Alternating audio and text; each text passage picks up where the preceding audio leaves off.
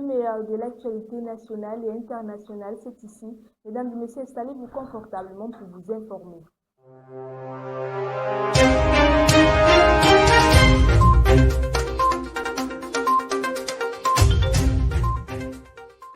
Ce matin, la presse camerounaise est en deuil. La journaliste sportive Laraï Salamatou est décédée le 14 juillet 2026 des suites de maladie.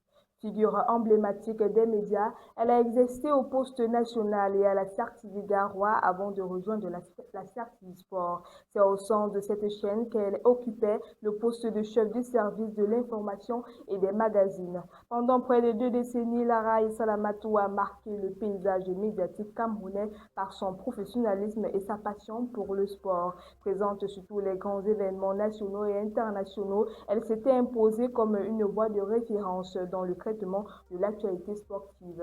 La rédaction de Campus Télévision présente ses condoléances à la famille de la défunte, à ses proches et à toute la communauté médiatique.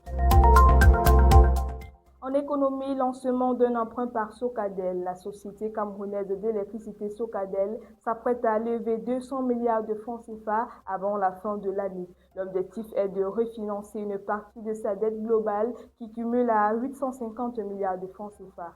Concrètement, l'entreprise veut convertir une part de ses dettes à court terme en s'engageant sur un long terme.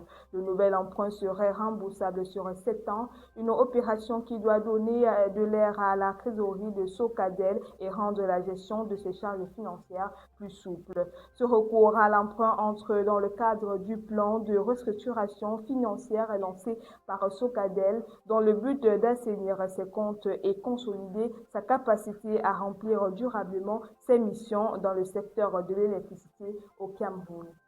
En justice, Amougou Belinga devant le tribunal. Le tribunal militaire de Yaoundé statue ce jeudi sur une nouvelle demande de mise en liberté provisoire de Jean-Pierre Amougou Belinga.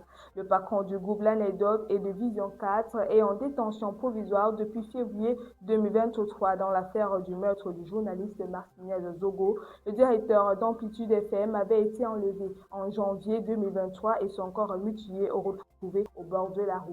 Poursuivi pour complicité de torture avec des anciens responsables de la DGRE, Belinga nie les faits. Plusieurs demandes de libération ont déjà été rejetées, la dernière en janvier. L'affaire, qui dure depuis plus de 3 ans, reste un dossier clé sur la liberté de la presse au Cameroun. Le verdict final est donc attendu dans cette journée.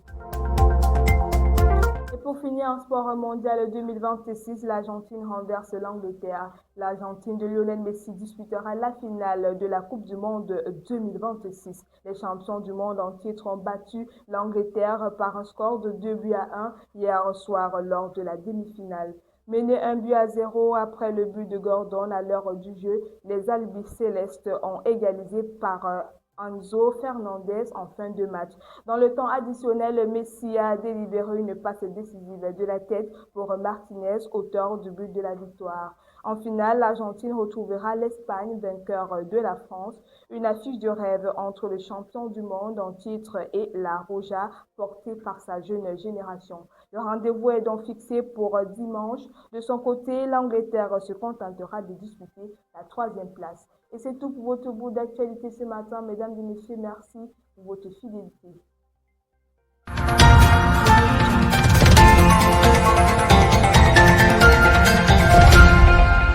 Campus TV, nous sommes ensemble.